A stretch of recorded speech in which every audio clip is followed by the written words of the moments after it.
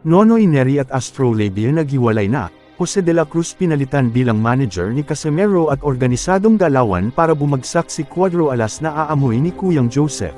So una sa mga balitang boxing ay ibinahagi ng Viva Promotions na si former World Bantamweight Challenger Vincent Astrolabia ay nakatakdang mag-touchdown sa Las Vegas para sumama sa kanyang mga ka-stablemates na MP Boys.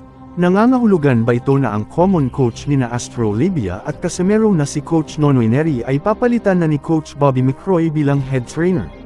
Following sa pagkatalo nito sa kamay ni Unified Champion Junto Nakatani. Pero nakabawi ng tinapos sa first round si Persitsag Faprim ng Thailand sa kanyang huling laban. Meanwhile ay ating nabalitaan from Kuyang Joseph ng Madulas at nasabi during sa kanyang live streaming na bago na ang manager at promoter ni Cuadro Alas ngayon, as he bids sa featherweight division. Pero Lolito, kuya, may laban na ba si Idol? Yes. Yes, meron.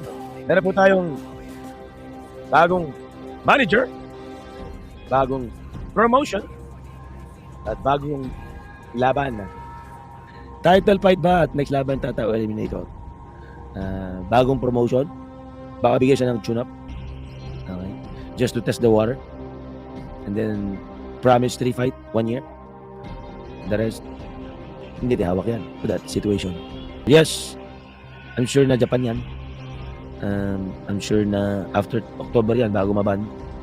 Or after maban, sorry. Sa kaugnay na balita ay tanim kaso at walang matinong attorney na humawak sa lawsuit at grupo na patalikod kung Bamanat ay alam lahat ni Kuyang Joseph Rivera. Alam ko na mayroong kaso na act of lasciviousness. Alam ko na walang tamang attorney na lumalaban sa kanila.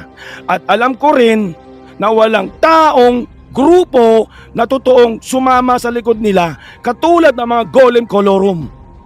At alam ko rin na may boxer na gustong ibagsak si Cuadro Alas, hindi isa. At alam ko rin na mayroong manager, baka nga matchmaker baka nga handler na gusto rin ibagsak si Cuadro Alas. Merong nga attorney merong vlogger na gustong ibagsak si Cuadro Alas. Alam ko lahat yan. At alam ko paano ikwento yan.